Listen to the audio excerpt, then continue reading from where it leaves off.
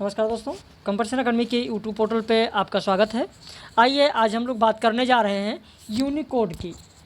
Unicode की बात आज हम लोग करेंगे और साथ में इसी लेक्चर में आप देखेंगे यूनिकोड के साथ पुरस्कार की भी बात की जाएगी। आज का जो ये लेक्चर है वो यूनिकोड और पुरस्कार पर आधारित है, जो यूपीएससी वालों के लिए है। यूनिकोड और पुरस्कार तो दोनों में पूछा जाता है, चाहे यूजीसी नेट हो और चाहे यूपीएससी हो, चाहे टीजीटी पीजीटी हो, लगभग सब परीक्षाओं में पुरस्कार पूछा जाता है, जिसमें हम लोग व्यास सम्मान की बात करेंगे, सरस्वती सम्मान की बात करेंगे, साहित्य अकादमी जो पुरस्कार दिया जाता है, साहित्य अकादमी पुरस्कार की बात की जाएगी इसी में। और इस पर आधारित वीडियो लेक्चर आप सभी लोगों को भेज दिया गया है, तो वीडियो को अंत तक जरूर देखें, क्योंकि इसमें एक एक जानकारी आप लोगों को विस्तृत रूप में दी जाएगी। कल की लाइव कक्षा में बहुत सारे लोगों ने कहा था कि सर यूनिकोड और पुरस्कार पर दे दीजिए वीडियो। बाकी इकाई 1 में लगभग सारा आप लोगों का कंप्लीट हो गया है। इकाई 2 हिंदी साहित्य का इतिहास से नया बैच कल सोमवार से प्रारंभ हो रहा है। जो भी लोग जुड़ना चाहें, जिन लोगों को भी एडमिशन लेना है, वो हमारे इस नंबर पर फ़ोन करके व्हाट्सएप करके फ़ीस और सारी जानकारी ले सकते हैं। इस समय फ़ीस में विशेष छूट चल रही है, कल से नया बैच के लिए जो प्रारंभ हो रहा है। तो चलिए शुरू करते हैं। यूनिकोड के बारे में आज जानते हैं और पुरस्कार के बारे में। यूनिकोड है क्या? सबसे पहला प्रश्न तो यही आता है कि यूनिकोड क्या है। क्या यूनिकोड कोई फॉन्ट है? क्या कोई टंकण का टूल है या टंकण करने का कोई तरीका है? नहीं, यूनिकोड एक टेक्नोलॉजी है। यूनिकोड एक टेक्नोलॉजी है। इसमें विश्व स्तर पर और प्रचलित प्रत्येक लिपि के लिए वर्णमाला के प्रत्येक अक्षर के लिए 4 अंकों का यूनिक कोड होता है। अब यहाँ से भी प्रश्न आपके सामने आता है कि जो यूनिक कोड होता है, यूनिकोड कितने अंकों का होता है? ये भी प्रश्न आपके लिए बन सकता है। देखिए, बहुत ही कम समय में और बहुत ही बेहतर जानकारी आप लोगों को उपलब्ध कराई जा रही है, जहाँ से प्रश्न बन सकते हैं। यूनिकोड क्या है? एक टेक्नोलॉजी है। यूनिकोड कितने अंकों का होता है? 4 अंकों का होता है। इस टेक्नोलॉजी के प्रयोग से टाइप किया गया विषय वस्तु या मैटर उसी भाषा में होगा जिसमें आप टाइप करते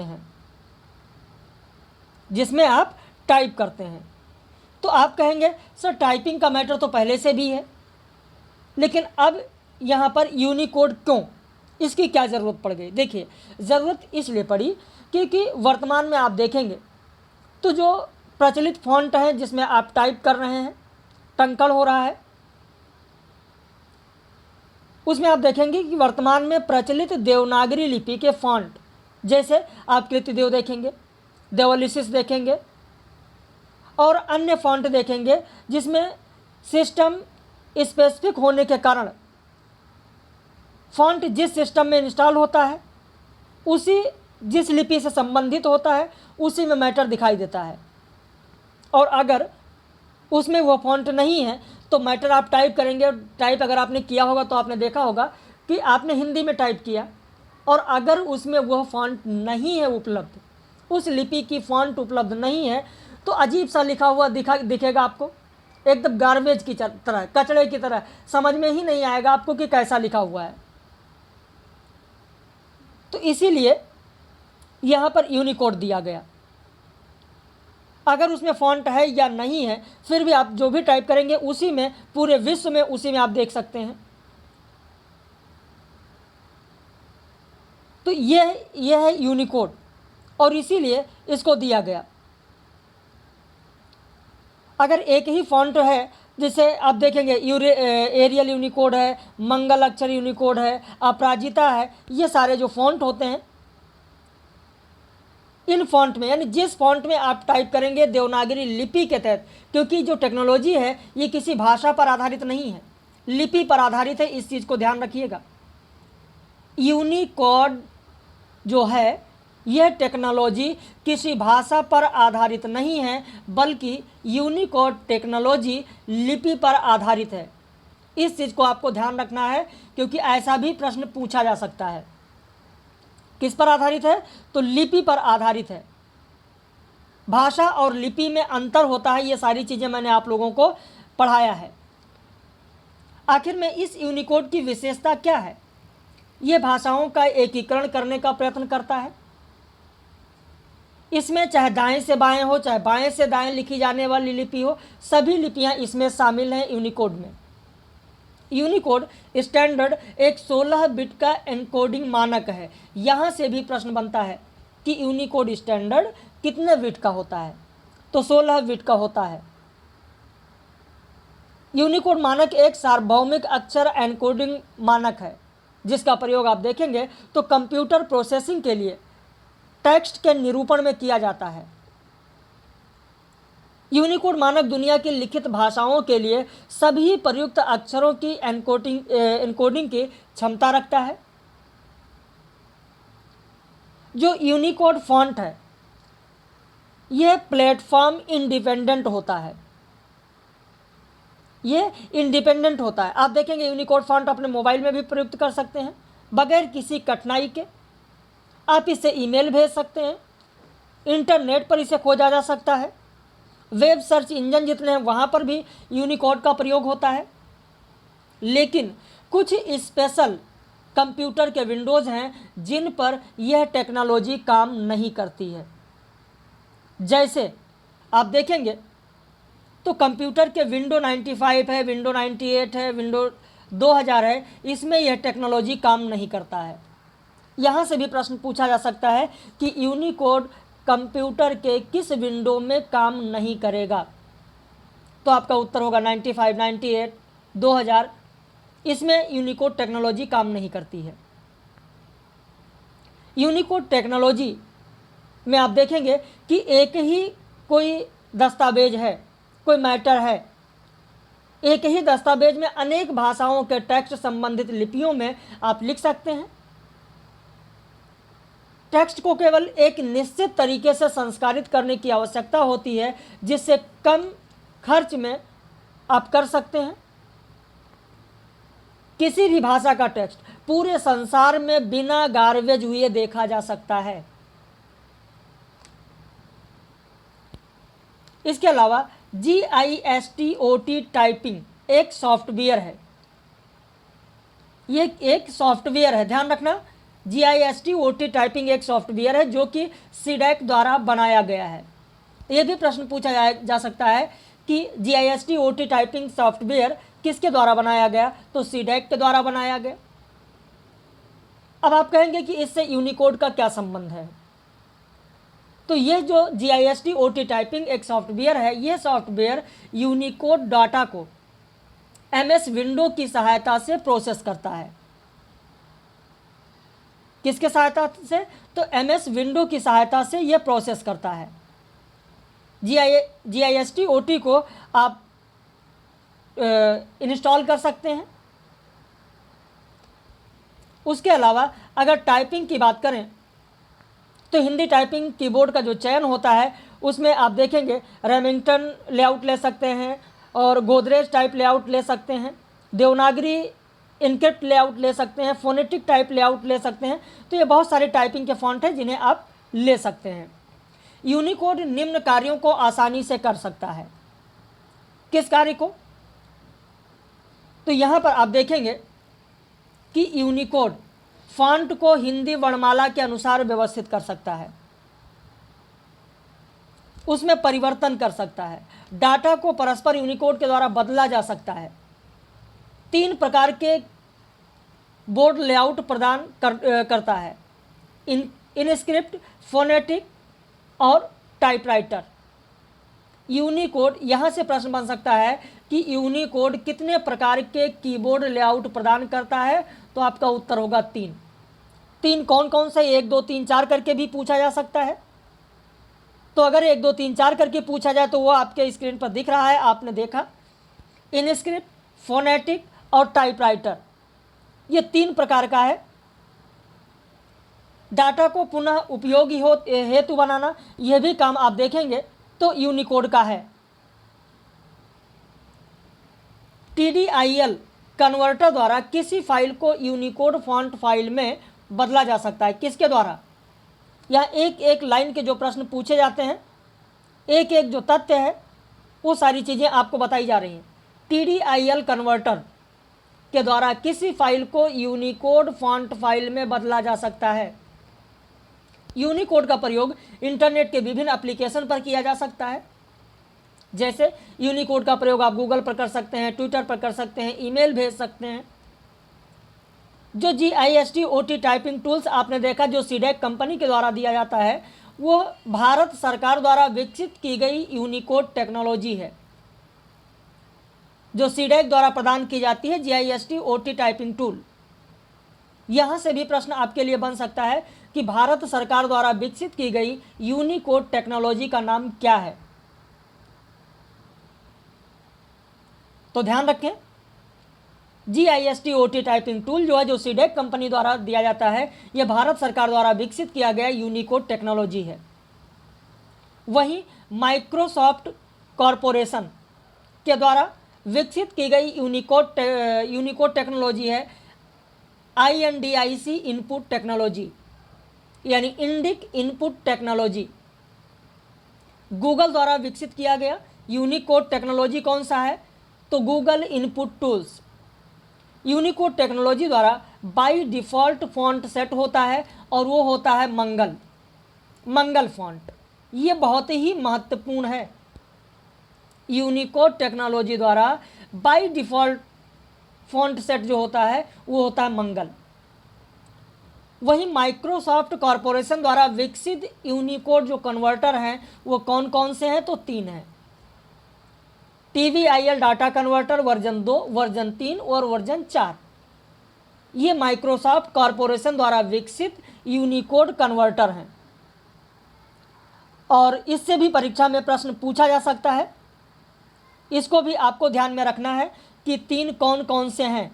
माइक्रोसॉफ्ट कॉरपोरेशन द्वारा विकसित यूनिकोड कन्वर्टर कौन कौन से हैं? तो 3 हैं और तीनों को आपको ध्यान रखना है। TVIL data converter version 2, version 3 और वर्जन 4 कौन कौन से हैं? तो वर्जन 2, 3, 4 इसे आप ध्यान रखिए। अब उसके बाद में आगे आते हैं। मध्य प्रदेश। भारत का मध्य प्रदेश एक ऐसा राज्य है जिसने कंप्यूटर पर हिंदी भाषा के उपयोग को बढ़ाने के लिए यूनिकोड के उपयोग को अनिवार्य कर दिया है। मध्य प्रदेश। अब देखिए, ये प्रश्न आपके लिए बहुत ही महत्वपूर्ण है कि भारत का कौन सा पहला राज्य है जिसने यूनिकोड के उपयोग को अनिवार्य कर दिया है। तो आपका उत्तर हो जाएगा कि मध्य प्रदेश ऐसा राज्य है जिसने यूनिकोड को अनिवार्य कर दिया है। और अनिवार्य ही नहीं किया है बल्कि आप देखेंगे इसने जो कृतदेव है, देवलिसिस है, ये सब जो फॉन्ट हैं, इन फॉन्टों को प्रतिबंधित भी कर दिया है मध्य प्रदेश ने। यूनिकोड टेक्नोलॉजी भाषा से नहीं बल्कि किससे संबंधित है? लिपि से संबंधित है। यूनिकोड टेक्नोलॉजी का सबसे लेटेस्ट वर्जन कौन सा है? तो इंडिक इनपुट 3 यूनिकोड टेक्नोलॉजी का सबसे लेटेस्ट वर्जन है।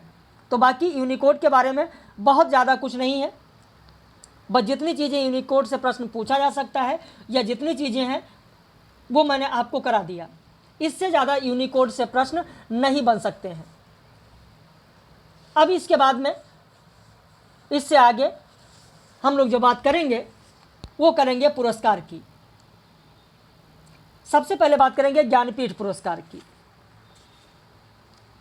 यहाँ पर ज्ञानपीठ पुरस्कार आप देखें, भारतीय साहित्य के लिए दिया जाने वाला सर्वोच्च पुरस्कार कौन सा है? तो सर्वोच्च पुरस्कार होगा ज्ञानपीठ पुरस्कार। यह पुरस्कार संविधान की 8वीं अनुसूची में शामिल भाषाओं और लेखकों को दिया जाता है। भारतीय ज्ञानपीठ के संस्थापक कौन थे? अब यहाँ से आपके लिए प्रश्न बनता है कि भारतीय ज्ञानपीठ के संस्थापक कौन थे। बहुत ही महत्वपूर्ण, कह सकते हैं कि बहुत ही महत्वपूर्ण प्रश्न है। इसमें संस्थापक आप देखेंगे तो किसके नाम से स्थापना किया गया। यहाँ पर स्थापना जो किया गया था वो श्री साहू शांति प्रसाद जैन के 50वें जन्म दिवस पर 1961 में किया गया। मूल रूप से संस्थापक यहाँ श्री साहू शांति प्रसाद जैन नहीं है, बल्कि श्रीमती रमा जैन है। लिख लीजिएगा, जो भी करेक्शन होता है वो यहीं पर मैंने करा दिया है। श्रीमती रमा जैन, श्रीमती रमा जैन। कॉपी पेन लेकर जरूर बैठिएगा, बहुत सारी चीज़ें नई हैं जो बताई जाती हैं, पीडीएफ में नहीं है, उन्हें आप जरूर लिखते चलें।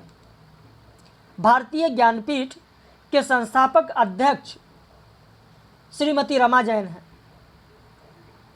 और यह ज्ञानपीठ पुरस्कार श्री साहू शांति प्रसाद जैन के 50वें जन्मदिवस पर 1961 में प्रारंभ किया गया। सबसे पहला ज्ञानपीठ पुरस्कार जी शंकर कुरूप, जो कि मलयालम भाषा के हैं, इनको 1965 में प्रदान किया गया। अब यहाँ पर एक सवाल ये उठता है कि श्रीमती रमा जैन ने जो ये प्रारंभ किया ज्ञानपीठ पुरस्कार, क्या इन्होंने अचानक प्रारंभ कर दिया या किसी से राय मशविरा हुआ या कोई गोष्ठी हुई, कोई सम्मेलन हुआ? इसके बारे में थोड़ा सा इतिहास आपको बताना चाहेंगे। भारतीय ज्ञानपीठ के जो संस्थापक अध्यक्ष श्रीमती रमा जैन हैं, इन्होंने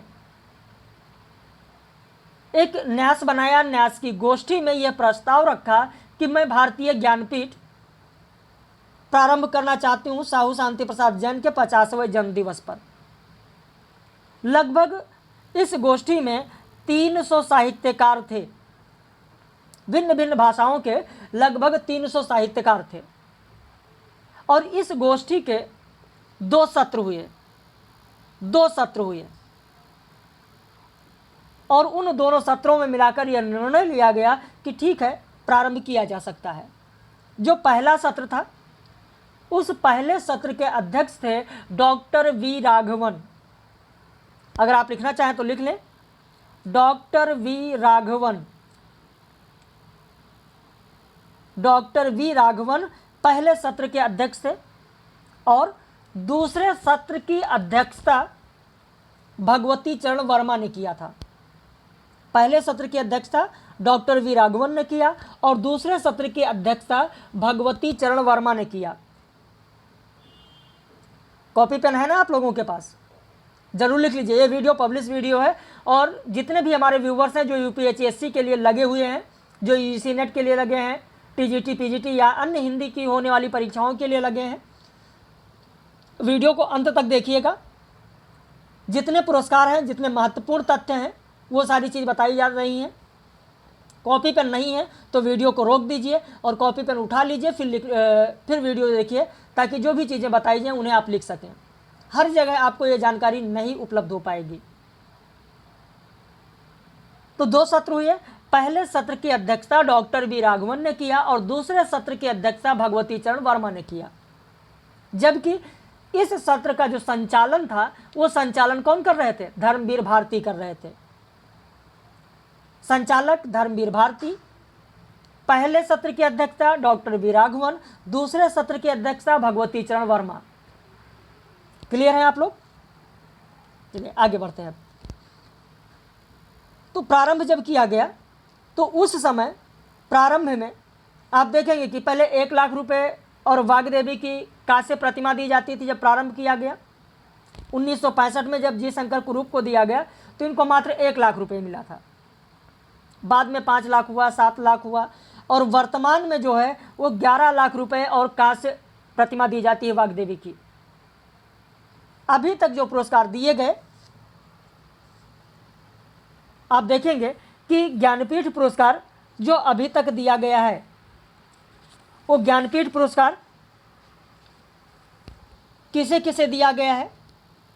पहले एक रचना पर दिया जाता था, लेकिन आप देखेंगे कि 1983 से ज्ञानपीठ पुरस्कार किसी एक रचना के लिए नहीं, बल्कि संपूर्ण साहित्य के लिए दिया जाने लगा। हिंदी में किसे किसे मिला, हम सिर्फ वही बात करेंगे, अन्य भाषाओं की नहीं। 1968 में सुमित्रानंदन पंत, 72 में आप देखेंगे दिनकर, फिर इसके बाद में अज्ञेय को मिला कितनी नावों में कितनी बात, यामा पर मिला, और फिर इसके बाद से आप देखेंगे 1983 से, यानी 1982 तक तो मिला, लेकिन 1983 से क्या हुआ कि किसी एक रचना पर ना देकर बल्कि संपूर्ण साहित्य के लिए दिया जाने लगा। यह भी प्रश्न आप लोगों से पूछा जा सकता है कि कब से ज्ञानपीठ पुरस्कार एक रचना पर न देकर संपूर्ण साहित्य पर दिया जाने लगा, तो आपका उत्तर होगा 1983। फिर उसके बाद हिंदी में किसे मिला 1982 के बाद, तो आप देखेंगे कि नरेश मेहता को मिला, फिर निर्मल वर्मा को मिला, फिर कुंवर नारायण को मिला, उसके बाद कुंवर नारायण के बाद श्रीलाल शुक्ल को मिला, फिर केदारनाथ सिंह को मिला, 2017 में कृष्णा शोभती को मिला। तो इस तरीके से यह पुरस्कार दिया गया। कृष्णा शोभती तक यहाँ पर आपने देखा। अब इसके बाद में भारत भारती पुरस्कार की अगर हम बात करें, क्योंकि इसके बाद 17 के बाद अभी तक नहीं दिया गया है। हिंदी की मैं बात कर रहा हूँ, 17 के बाद हिंदी के किसी लेखक को नहीं मिला। लेकिन अगर वर्तमान में पूछा जाए कि 57वां ज्ञानपीठ पुरस्कार 2022 किसे दिया गया, भले ही हिंदी के लेखक नहीं है, कोंकणी लेखक हैं, अगर बाय द वे आपसे पूछा जाता है तो ध्यान रखिए 2022 का 57वां ज्ञानपीठ पुरस्कार कोंकणी उपन्यासकार दामोदर मावजू को दिया गया। लिख लीजिए दामोदर मावजो, कोंकणी उपन्यासकार दामोदर मावजू को 2022 में 57वां ज्ञानपीठ पुरस्कार दिया गया। भारत भारती पुरस्कार की अगर हम बात करें तो यह उत्तर प्रदेश हिंदी संस्थान का सबसे बड़ा साहित्यिक पुरस्कार है। भारत भारती पुरस्कार उत्तर प्रदेश हिंदी संस्थान का सबसे बड़ा साहित्यिक पुरस्कार है। साहित्य के क्षेत्र में उत्कृष्ट योगदान के लिए यह भारत भारती पुरस्कार दिया जाता है। वर्तमान में आप देखेंगे 5,02,000 रुपये, अंग वस्त्र और स्मृति चिन्ह दिया जाता है। अभी तक 41 लोगों को भारत भारती पुरस्कार से सम्मानित किया जा चुका है। वैसे यहाँ पर भारत भारती में हम लोग कुछ प्रमुख लोगों की बात करेंगे। जैसे आप देखेंगे कि महादेवी वर्मा को दिया गया, महादेवी वर्मा के बाद आप देखेंगे जैनेंद्र को भी दिया गया, महादेवी वर्मा के बाद जैनेंद्र को दिया गया, अज्ञेय को दिया गया, रामकुमार वर्मा को दिया गया, अमृतलाल नागर को दिया गया, श्री नारायण शुक्ल को दिया गया, नागार्जुन को दिया गया, रामविलास शर्मा को दिया गया, फिर धर्मवीर भारती को दिया गया। ये लिस्ट आप लोगों के पास होगी। फिर नरेश मेहता को दिया गया है, कुंवर चंद्र प्रकाश सिंह को दिया गया, डॉक्टर नगेंद्र को दिया गया, शिवमंगल सिंह सुमन, डॉक्टर रघुवंश। तो इस तरीके से क्रम में दिया गया। पहला किसे दिया गया तो ये आपको ध्यान रखना है। और वर्तमान में किसे दिया गया तो आप देखेंगे कि 2020 में सेनी विश्वनाथन को दिया गया और 2021 में शशि भूषण सीतांशु। 2020 में सेनी विश्वनाथन, 2021 में शशि भूषण सीतांशु को दिया गया भारत भारती पुरस्कार।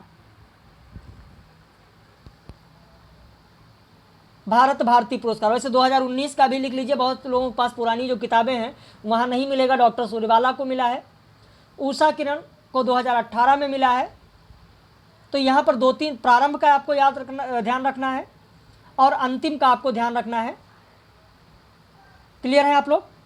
अब एक चीज़ और ध्यान रखिएगा, शशि भूषण सीतांशु की रचनाएं कौन कौन सी हैं, इन पर भी परीक्षा में प्रश्न पूछा जा सकता है, क्योंकि इनको भारत भारती पुरस्कार मिला है।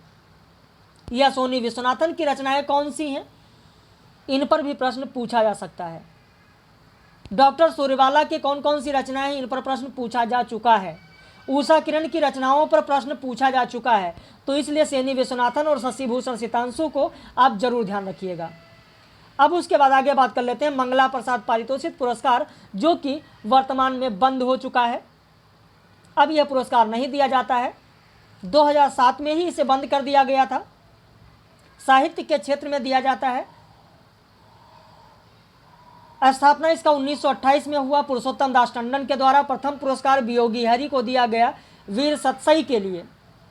फिर पद्म सिंह शर्मा को बिहारी सतसई की भूमिका के लिए मिला, हरिओत को परिप्रवास के लिए मिला, मैथिली शरण गुप्त को साकेत के लिए मिला, जयशंकर प्रसाद को कामायनी के लिए, गंगा प्रसाद उपाध्याय को जीवन चक्र के लिए, रामचंद्र शुक्ल को रस मीमांसा, महादेवी वर्मा को रश्मि और नीरजा, जैनेन्द्र को परख, हजारी प्रसाद द्विवेदी को कबीर पर, डॉक्टर संपूर्णानंद को समाजवाद, नरेश मेहता संशय की एक रात, जयचंद विद्यालंकार को भारतीय इतिहास और बलदेव उपाध्याय को भारतीय दर्शन पर 2007 में।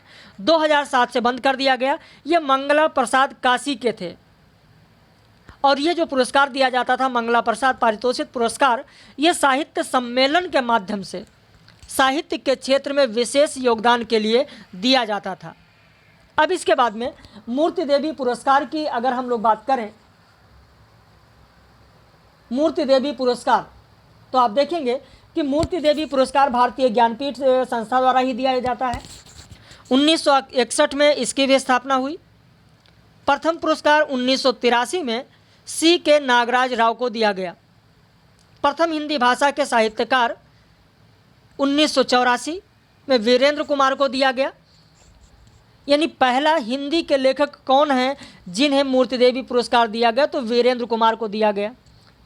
जबकि मूर्ति देवी का पहला जो पुरस्कार है 1983 में, वो C.K. नागराज राव को दिया गया मूर्ति देवी पुरस्कार।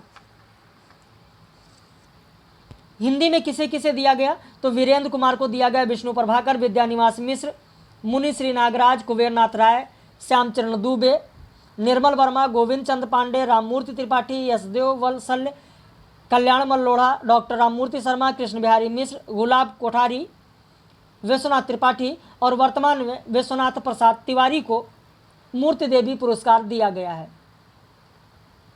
ये PDF भी आप सभी लोगों को व्हाट्सएप पर उपलब्ध करा दिया गया है सुबह ही। अब इसके बाद बात करते हैं सलाका सम्मान की। सलाका सम्मान दिल्ली सरकार द्वारा हिंदी अकादमी की ओर से दिया जाने वाला सर्वोच्च सम्मान है और इसमें आप देखेंगे कि पहला पुरस्कार जो दिया गया 1986-87 में वो डॉक्टर रामविलास शर्मा को दिया गया। 1987-88 में विष्णु प्रभाकर को दिया गया। किसको दिया गया, तो ध्यान रखना विष्णु प्रभाकर को। और तो ये क्रम से आप लोग ध्यान रखना, लगभग हर किताबों में आपको मिल जाएगा। 2018-19 के लिए विश्वनाथ त्रिपाठी को दिया गया। विश्वनाथ त्रिपाठी 2018-19 और इसके बाद अभी तक और किसी को नहीं दिया गया है। 2018-19 के बाद उसके बाद साहित्य अकादमी पुरस्कार की अगर बात करें तो इसकी स्थापना 1954 में हुई। अपनी स्थापना के समय ही प्रतिवर्ष भारत की मान्यता प्राप्त प्रमुख भाषाओं में से प्रत्येक में प्रकाशित सर्वोत्कृष्ट साहित्यिक कृति को पुरस्कार प्रदान किया जाता था, जिसमें आप देखेंगे कि हिमतरंगिणी जो काव्य है माखनलाल चतुर्वेदी को, उनको दिया गया। पद्मावती संजीवनी व्याख्या वासुदेव शरण को दिया गया। बुद्ध धर्म दर्शन आचार्य नरेंद्र देव को दिया गया। मध्य एशिया का इतिहास संस्कृति के 4 अध्याय, ये सारी चीज़ें आप लोगों को पढ़ाया जा चुका है। भूले बिसरे चित्र उपन्यास जो भगवती चरण वर्मा का है, इस पर ऐसे ही प्रश्न इसीलिए पूछे जाते हैं और आपके पाठ्यक्रम में भी ये रचनाएं हैं। ऐसे यहाँ पर मुक्तिबोध जो उपन्यास है, क्या इस मुक्तिबोध उपन्यास में जो मुक्तिबोध है, मुक्तिबोध जो आपके साहित्यकार हैं, क्या उनके ऊपर है? नहीं। मुक्तिबोध आप देखेंगे तो जैनेन्द्र का 9वां उपन्यास है। इनका पहला उपन्यास है परख। पहला उपन्यास परख है और इनका 9वां उपन्यास है मुक्तिबोध। इसमें जैनेन्द्र के चिंतन और सृजन के नए आयाम की साक्षी है यह मुक्तिबोध उपन्यास। इसमें प्रेम और विवाह की समस्या है। इसमें जो कथानायक सहाय है, मुक्तिबोध उपन्यास में कथानायक सहाय है। सहाय के जीवन में उसकी पत्नी है जिसका नाम है राजेश्वरी। और सहाय की प्रेमिका है जिसका नाम है नीलिमा। ये सारी चीज़ें आप लोगों को पढ़ाया जा चुका है। और जिन पर पुरस्कार मिला है उन रचनाओं से अक्सर परीक्षा में प्रश्न रहता है, इसलिए मैं आपको यहाँ बता रहा हूँ। नायक सहाय है, उसकी पत्नी राजेश्वरी है, उसकी प्रेमिका नीलिमा है। तो कथानायक सहाय के जीवन में पत्नी और प्रेयसी दोनों का महत्व है। पत्नी से अगर उसे समर्पण, सेवा और वात्सलता मिलता है तो प्रेयसी से उसे प्रेरणा और स्फूर्ति मिलती है। ऐसे ही अमृत और विष जो उपन्यास है अमृतलाल नागर का,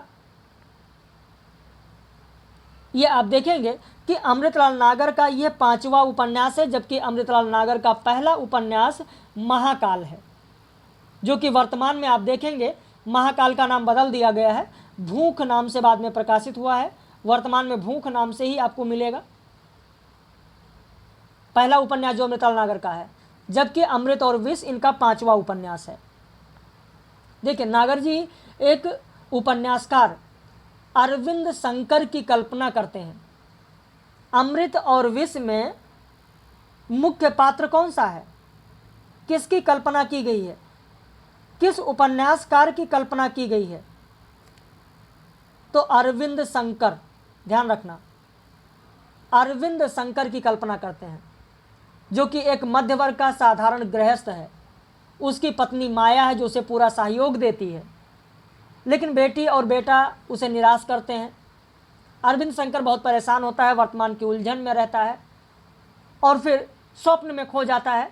अरविंद शंकर अपने प्रपितामह राधेलाल के समय को याद करता है, और राधेलाल का जो समय था वो मलका विक्टोरिया का ज़माना था। तो उस समय से लेकर आज़ादी तक के लिए कहा गया है कि उस समय से, मलका विक्टोरिया के समय से आज़ादी तक का जो समाज था, जो जीवन था लोगों का, उसमें अमृत भी है और विष भी है।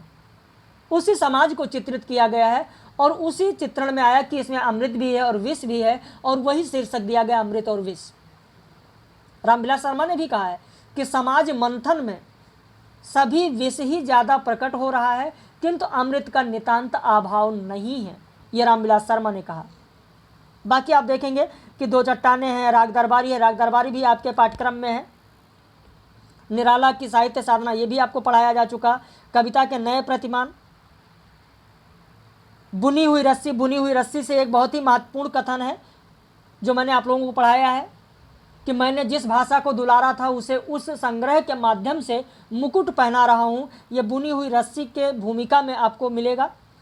भवानी प्रसाद मिश्र ने कहा है कि मैंने जिस भाषा को दुलारा था उसे उसके माध्यम से मुकुट पहना रहा हूँ।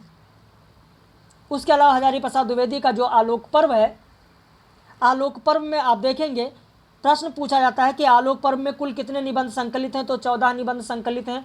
1972 में यह प्रकाशित हुआ और 72 में ही इसे आप देखेंगे कि यह पुरस्कार मिला, साहित्य अकादमी पुरस्कार। वैसे हजारी प्रसाद द्विवेदी के जो निबंध संग्रह हैं उन पर अक्सर प्रश्न आता है कि प्रकाशन वर्ष के अनुसार बताना है। तो इनका पहला है अशोक के फूल, फिर है विचार और वितर्क, फिर है कल्पलता, फिर विचार प्रवाह है, उसके बाद कुटज है और फिर आलोक पर्व है। तो इस तरीके से यहाँ से भी प्रश्न पूछा जाता है। मिट्टी की बारात, तमस, ये तमस भी आपके पाठ्यक्रम में है जिसे आप लोगों ने पढ़ा है। तेरी मेरी उसकी बात, तेरी मेरी उसकी बात, तो ये जो उपन्यास है ये 11वां उपन्यास है।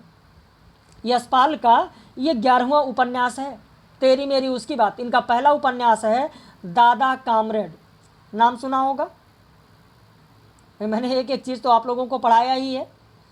यशपाल का पहला उपन्यास है दादा कामरेड, और जिस पर साहित्य अकादमी पुरस्कार मिला है तेरी मेरी उसकी बात उपन्यास, यह इनका 11वां उपन्यास है।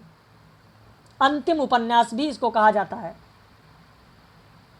और इस तेरी मेरी उसकी बात उपन्यास में आप देखेंगे कि वर्ष 1919 से लेकर 1945 तक की प्रत्येक राजनीतिक घटना और उसके प्रभाव का अंकन तेरी मेरी उसकी बात में किया गया है।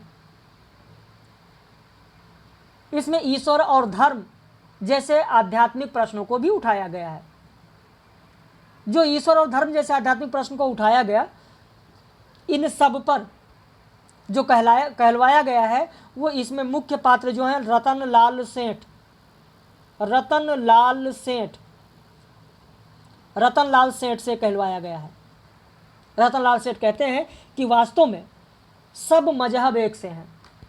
सब मजहब ईश्वर के संबंध में कल्पनाओं और ईश्वर के काल्पनिक आदेशों के नाम पर सर्वसाधारण को अंधविश्वास में जकड़ते हैं। मजहब को स्वीकार करने का मतलब सोचने या निर्णय के अधिकार अवसर का त्याग है। मजहब के पास मनुष्य की सब शंकाओं का एक उत्तर है कि परमेश्वर सर्वशक्तिमान सर्वज्ञ है। उसके आदेश के विषय में शंका पाप है। तो इस तरीके की जो रचनाएं हैं, जहाँ जहाँ से प्रश्न बनता है वो ज़रूर आप ध्यान रखें। जैसे यहाँ पर आपको ध्यान रखना है कि चुका भी नहीं हूँ मैं, जो एक काव्य संग्रह है, इसमें कितनी कविताएं संकलित हैं। उतना बस सूरज हूँ, कितने कविताएं संकलित हैं। कल सुनना मुझे में कितनी कविताएं संकलित हैं। जिंदगी नामा आपके पाठ्यक्रम में जिसे आपने पढ़ा ही है। ताप के ताए हुए दिन जो त्रिलोचन के है, इसको आप देखें। विकलांग श्रद्धा का दौर, ये जो व्यंग है, इसमें हरिशंकर परसाई का, इसमें कितने व्यंग संकलित हैं। तो इस तरीके से इन सबको आपको ध्यान रखना है। नीला चांद उपन्यास आपके पाठ्यक्रम में है यूपीएचएससी में, जो कि आपको पढ़ाया गया। ढाई घर जो उपन्यास है, ये ढाई घर उपन्यास एक जमींदार परिवार की कथा है। पूरी महल होती है, बाद में अंत में ढाई घर बसता है, यानी धीरे धीरे उस परिवार के उजड़ने की कथा कही गई है ढाई घर में। और इस ढाई घर में परिवार के केंद्र में आप देखेंगे कि कौन है, हरि राय। ढाई घर में परिवार के केंद्र में हरि राय हैं। इसमें हरि राय के 3 पीढ़ियों की कहानी है। ढाई घर उपन्यास में हरि राय के कितने पीढ़ियों की कहानी है? तो 3 पीढ़ियों की कहानी है।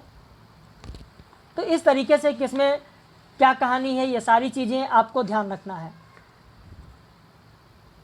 साहित्य अकादमी पुरस्कार आप देखेंगे कि यहाँ पर कितने लोगों को दिया गया, एक एक चीज़ें आप लोगों के सामने रखी गई। ये पीडीएफ भी आपको उपलब्ध हो जाएगा।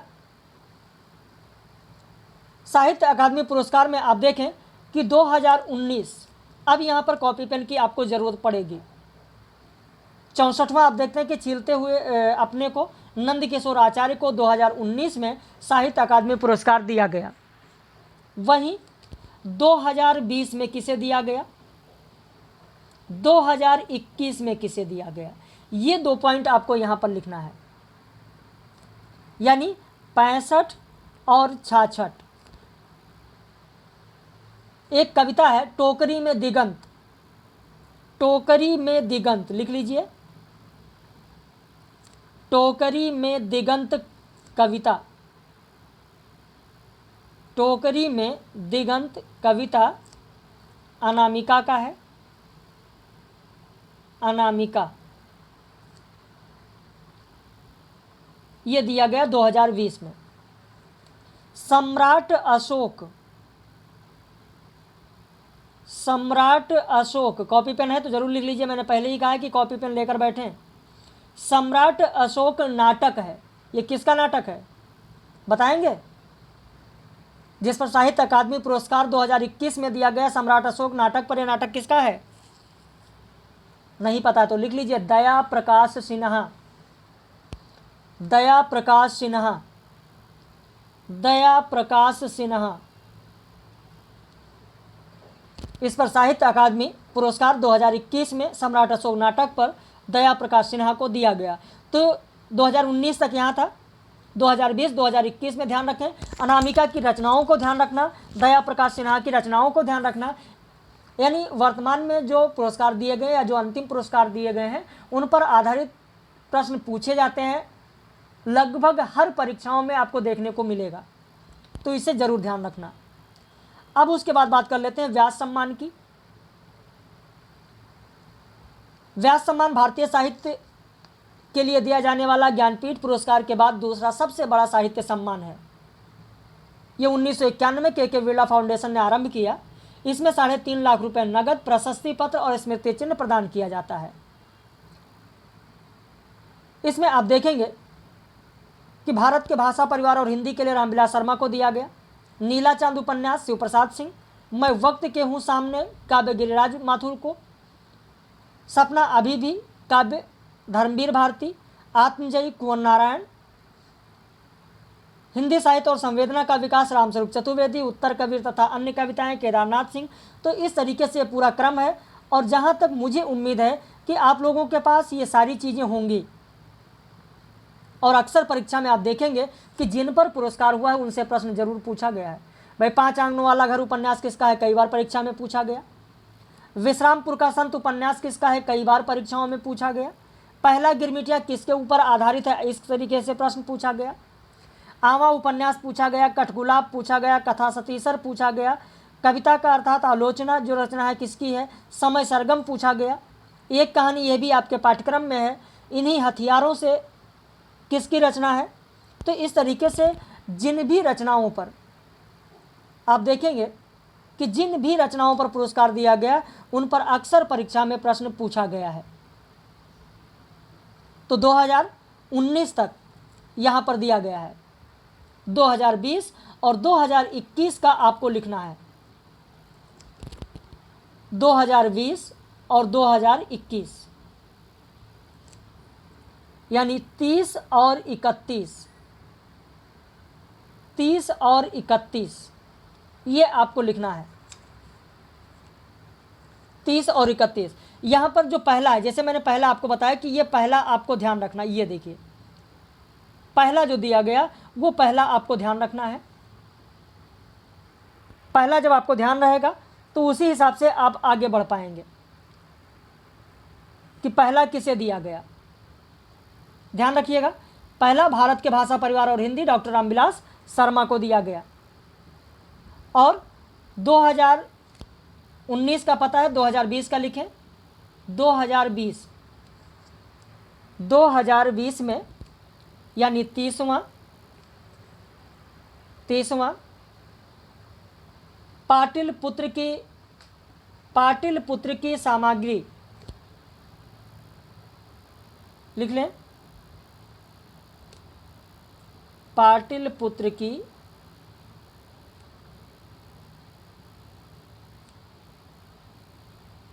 लिख लिया।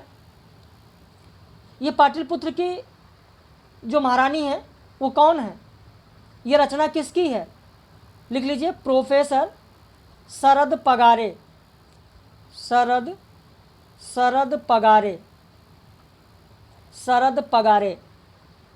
अशोक की माँ है। पाटिलपुत्र की महारानी कौन है, अशोक की माँ धर्मा है, उन्हीं पर केंद्रित है यह उपन्यास। प्रोफेसर शरद पगारे का यह उपन्यास अशोक की माँ धर्मा पर केंद्रित है। और फिर 31वां व्यास सम्मान किसे दिया गया। 31वां आप देखेंगे कि व्यास सम्मान 2021 में असगर वजाहत का नाटक है महाबली नाटक। लिख लें, असगर वजाहत का महाबली नाटक।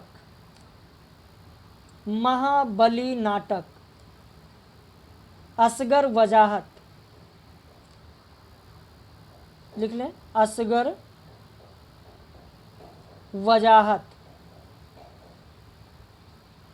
वजाहत का नाटक महाबली नाटक पर 2021 का व्यास सम्मान दिया गया। अब ये जो महाबली नाटक है, देखिए महाबली नाटक सत्ता और कला के बीच संबंधों पर आधारित है।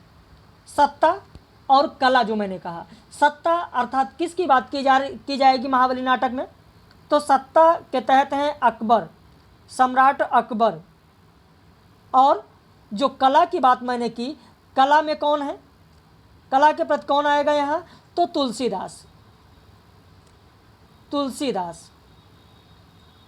तुलसीदास। यानी यह जो नाटक है महाबली नाटक, यह अकबर और तुलसीदास पर केंद्रित है, यानी सत्ता और कला के बीच संबंधों पर आधारित है। इसमें अकबर और तुलसीदास के बीच संवाद बताया गया है। कहा यह जाता है कि अकबर और तुलसीदास लगभग समकालीन हैं। अकबर के बुलावे पर तुलसीदास नहीं जाते हैं और अकबर अंत में, यानी सत्ता जो है वो सत्ता हारती है और अंत में तुलसीदास के पास जाते हैं। फिर दोनों के बीच में संवाद होता है। इस नाटक में यही बताया गया है कि जाते हैं और संवाद होता है और तुलसीदास के न आने का कारण ही जानते हैं और उसी पर आधारित है ये नाटक। संवाद में तुलसीदास सम्राट को महाबली कहकर पुकारते हैं, जबकि सम्राट अकबर को महाबली सिर्फ और सिर्फ अब्दुल रहीम खान खाना कहते थे। अब्दुल रहीम खान खाना सम्राट अकबर को महाबली कहकर पुकारते थे। उनके बाद अगर किसी ने सम्राट अकबर को महाबली कहकर पुकारा है तो वो है तुलसीदास, जबकि अकबर तुलसीदास को इस संवाद में गोस्वामी कहकर पुकारते हैं और उनसे फतेहपुर सीकरी न आने की वजह जानना चाहते हैं। तो यही इस नाटक में आपको देखने को मिलेगा जो असगर वजाहत ने लिखा है। तो असगर वजाहत के और जो रचनाएं हैं उनके बारे में आपको ध्यान रखना है। कौन कौन सी रचनाएं हैं, महाबली नाटक की विषय वस्तु क्या है, किस पर आधारित है, ये आपको ध्यान रखना है। अनामिका की जो कविता है,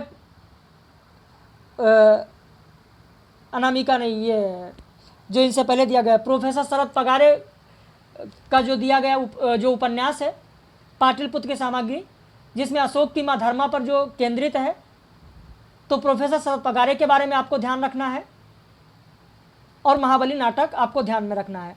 तो इस तरीके से इन चीज़ों को आप ध्यान रखिए। अब उसके बाद में आइए आगे बढ़ते हैं। वैसे सरस्वती सम्मान शायद इसमें छूट रहा है। सरस्वती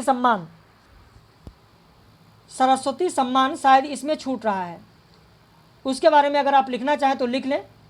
सरस्वती सम्मान के बारे में, सरस्वती सम्मान के बारे में आप लिख लें। सरस्वती सम्मान लिख लें। 30वां सरस्वती सम्मान, 30वां लिख लीजिए। 30वां सरस्वती सम्मान, सरस्वती सम्मान, 30वां सरस्वती सम्मान 2020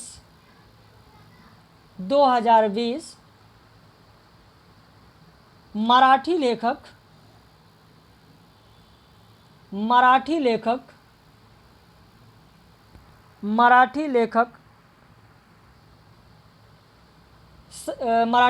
शरण कुमार लिम्बाले को दिया गया। शरण कुमार लिम्बाले को उनके सनातन उपन्यास के लिए दिया गया। ऐसे लिख लीजिए, सनातन उपन्यास।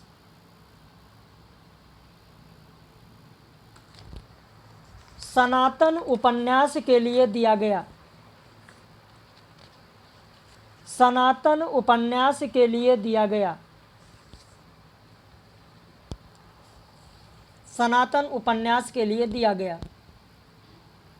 31वां सरस्वती सम्मान 2022। 31वां सरस्वती सम्मान लिख लें। 31वां सरस्वती सम्मान 2022 रामदरस मिश्र के कविता संग्रह, रामदरस मिश्र के कविता संग्रह मैं तो यहाँ हूँ, मैं तो यहाँ हूँ के लिए दिया गया। लिख लिया आपने। सरस्वती सम्मान के बारे में जो 30वां और 31वां है, 30वां और 31वां सरस्वती सम्मान, 30वां और 31वां दोनों लिख लीजिए। 30वां और 31वां सरस्वती सम्मान लिख लिया, तो इसे भी ध्यान रखना। अब उसके बाद हम लोग बात कर लेते हैं हिंदी साहित्य सम्मेलन की। विश्व हिंदी साहित्य सम्मेलन का सबसे बड़ा अंतर्राष्ट्रीय सम्मेलन है, जिसमें विश्व भर में हिंदी विद्वान, साहित्यकार, पत्रकार और हिंदी प्रेमी एकत्र होते हैं। 1973 में राष्ट्रभाषा प्रचार समिति वर्धा की कार्यकारिणी ने विश्व हिंदी सम्मेलन आयोजित करने का प्रस्ताव पारित किया और 1975 में इसका आयोजन प्रारंभ हुआ। जो पहला विश्व हिंदी सम्मेलन हुआ था उसका बोध वाक्य था वसुधैव कुटुंबकम। पहला विश्व हिंदी सम्मेलन में 30 देशों के कुल 122 प्रतिनिधियों ने भाग लिया और इसमें क्या क्या चीज़ें कही गई है पूरा PDF आपके पास यहाँ पर है जिसे आप देख सकते हैं। पहले विश्व हिंदी सम्मेलन के अध्यक्ष शिवसागर रामगुलाम थे मॉरिशस के, और विश्व हिंदी सचिवालय की स्थापना का प्रस्ताव पहले हिंदी सम्मेलन में प्रस्तुत किया गया। कुल कितने हुए हैं वो आप देख सकते हैं। पहला नागपुर में हुआ, दूसरा पोर्ट लुई मॉरिशस में हुआ, तीसरा नई दिल्ली भारत में हुआ, चौथा मॉरिशस में, पांचवा त्रिनिदाद और टोबैको में, छठा UK में, सातवां सूरीनाम में, आठवां अमेरिका में, नौवां दक्षिण अफ्रीका में, 10वां भारत में, 11वां मॉरिशस में और 12वां फिजी में। 12वां आप लिख लें, फिजी में प्रस्तावित, 12वां फिजी लिख लिया। तो इस तरीके से भारत में कितने हुए ये आपसे पूछा जा सकता है। तो भारत में कुल जो हुए हैं वो 3 हैं। भारत में 3 है, पहला नागपुर, दूसरा नई दिल्ली और तीसरा आप देखें भोपाल। तो भारत में विश्व हिंदी सम्मेलन 3 हो चुके हैं। हिंदी के विकास में जो संस्थाएं हैं वो संस्थाएं जैसे फोर्ट विलियम कॉलेज कलकत्ता जिसके संस्थापक वेलेजली थे। हाँ, एक मैंने प्रश्न दिया था, याद होगा आप लोगों के पास, अभी पढ़ा होगा, संस्थापक सदस्य। अगर संस्थापक सदस्य होगा तब वहाँ पर संस्थापक सदस्य में वेलेजली नाम नहीं होगा, इस चीज़ का ध्यान रखिएगा। उसके जो अध्यक्ष हैं, अध्यक्ष की बात की जाएगी, वो संस्थापक सदस्य में भी और अध्यक्ष में भी हैं, ध्यान रखिएगा। हिंदू कॉलेज कलकत्ता, तदीय समाज, इंडियन प्रेस इलाहाबाद। तो ये पूरा का पूरा PDF है जो मैंने आप लोगों को भेज दिया है व्हाट्सएप पर। इस PDF को पढ़ लीजिएगा। इसमें एक एक संस्थाएं जितनी हैं इनका जो स्थापना वर्ष है वो मैंने यहाँ पर दे रखा है, तो इसे आप लोग ज़रूर पढ़ लीजिएगा। ये बहुत ही महत्वपूर्ण PDF है। उसके अलावा किस पुरस्कार में कितनी राशि वर्तमान में दी जाती है, अभी सारे पुरस्कारों में आपने देखा, उनकी स्थापना कब हुई वो आपने देखा। तो यहाँ पर एक साथ है ज्ञानपीठ पुरस्कार, साहित्य अकादमी, सरस्वती, व्यास सम्मान, सलाका सम्मान, भारत भारती सम्मान। तो ये सारी चीज़ें यहाँ पर दी गई हैं। ये सारी जानकारी आपको कैसी लगी एक बार ज़रूर बताइएगा। और जितने भी व्यूवर्स हैं जो हमारे देख रहे हैं अपनी प्रतिक्रिया देना ना भूलें। बाकी हिंदी साहित्य की एक झलक सीरीज जो चल रही है वो कल हिंदी साहित्य की एक झलक सीरीज 31वीं कल होगी सोमवार को, और सोमवार को नया बैच प्रारंभ हो रहा है हिंदी साहित्य का इतिहास से। उसके लिए अगर आप जुड़ना चाहते हैं, पेड बैच ज्वाइन करना चाहते हैं तो 80 52 58 4004 इस नंबर पर आप फ़ोन करके या व्हाट्सएप करके फ़ीस और सारी जानकारी ले सकते हैं। वीडियो को ज़्यादा से ज़्यादा आप लोग शेयर करें अपने मित्रों में, क्योंकि ये वीडियो पब्लिश वीडियो है, ताकि उनको भी इसका लाभ मिल सके। और इस वीडियो से आप देखेंगे कि परीक्षा में आपको 1-2 प्रश्न बहुत ही आराम से मिल जाएगा और उससे अधिक भी मिल सकता है। जो रचनाएं पूछी जाती हैं उस पर आधारित या प्रकाशन वर्ष के अनुसार, तो इस तरीके के प्रश्न जरूर पूछे जाते हैं। खासकर यूनिकोड से प्रश्न तो जरूर ही आपको मिलेगा। तो हम लोग फिर मिलेंगे साहित्य की एक झलक सीरीज 31 में कल सोमवार को।